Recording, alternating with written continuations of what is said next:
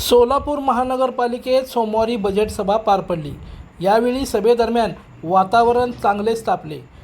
शिवसेनेचे जिल्हा प्रमुख तथा नगरसेवक अमोल शिंदे हे सभागृहात शहरातील विषय मांडत असताना भाजप नगरसेवकाकडून त्यांना वारंवार थांबवण्यात येत होते।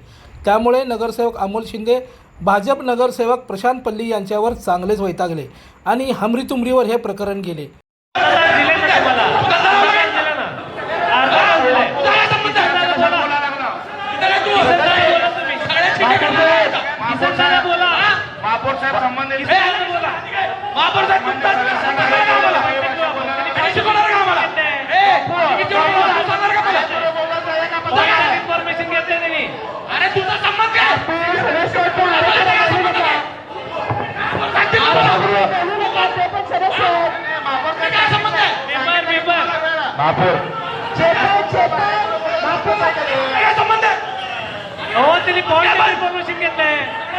पॉइंट ऑफ इन्फॉर्मेशन घेतलंय किसन दादा धंदा शिकवला काय मला खुश करासाठी करायला हे सगळं तुला बोलले का आणि ज्याला बोला त्याला बोलू तू